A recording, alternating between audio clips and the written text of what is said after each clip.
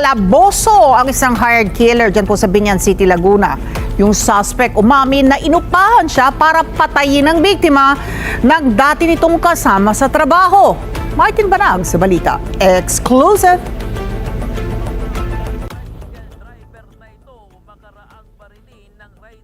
Tandem sa barangay San Jose, Binyan City, Laguna. Batay sa investigasyon ng Binyan City PNP, habang namamasada ang biktima noong Sabado ng umaga, sakay ang isang babaeng pasahero, ay bigla itong binaril sa ulo ng mga sospek na agad na tumakas matapos ang pamaril.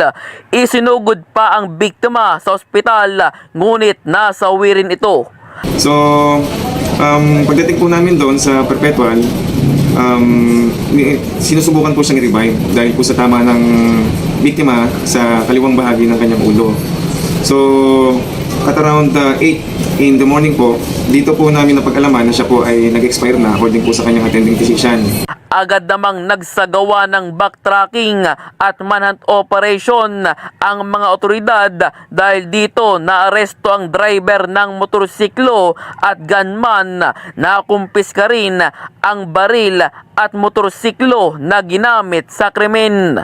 Napag-alaman na inupahan lamang umano ang mga sospek para patayin ang biktima at ang motibo ay may kaugnayan umano sa dati niyang pinapasukang trabaho. So itong suspects po natin, wala po itong relasyon kung anong paman dun po sa victim.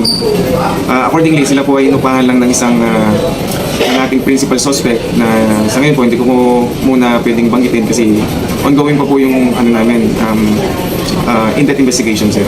Base po sa mga information na nakulate po ng aming stasyon ay maaari po na ang motibo po ay vengeance o retribution kasi yung previous po na pinagtatrabuhan itong victim natin, accordingly meron po siyang certain amount of money na hindi po na-remit doon sa kanyang pinagtatrabuhan.